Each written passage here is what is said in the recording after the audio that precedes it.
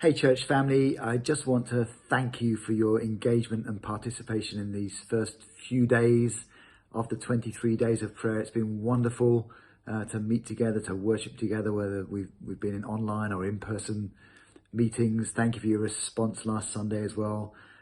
Just to let you know, this weekend we continue on into the second week of 3 weeks. Sunday morning, we're fitting in some baptisms. We've got 2 more precious people to baptize. At the same time, we're also going to continue in our devotion series, looking at the centrality of worship in the life of the believer. And I'm hoping we can have plenty of space to worship, pray for one another again, as we did last week, to continue to exercise the gifts of the Spirit. So please come on time, come ready as we move through this time and grow together. Also, just to make a strong plea for Sunday evening, I'm meeting earlier in the evening with the worship team and musicians, singers, techs.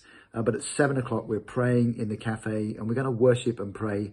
And I'd love us to pray into the worshiping life of the church, to pray, to prophesy, again, to make room for spiritual gifts, to lay our hands on the worship team. Do you know you're all on the worship team, really? These gifted, skilled guys get to lead us, but we don't delegate our worship to them.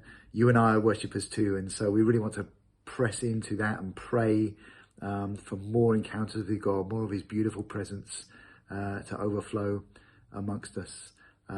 Next week, all the information for the week of prayer is in the calendar, online, on the socials. So just keep an eye out for that. Our kids discipleship group have a after school prayer on Tuesday. Small groups and the small group devotion guide online will continue to meet. Please join in with those.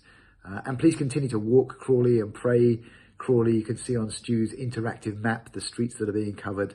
We just want to keep praying for the 140,000 or so that don't yet know Jesus to be powerfully impacted by the gospel in the weeks, months and years ahead. God bless you guys.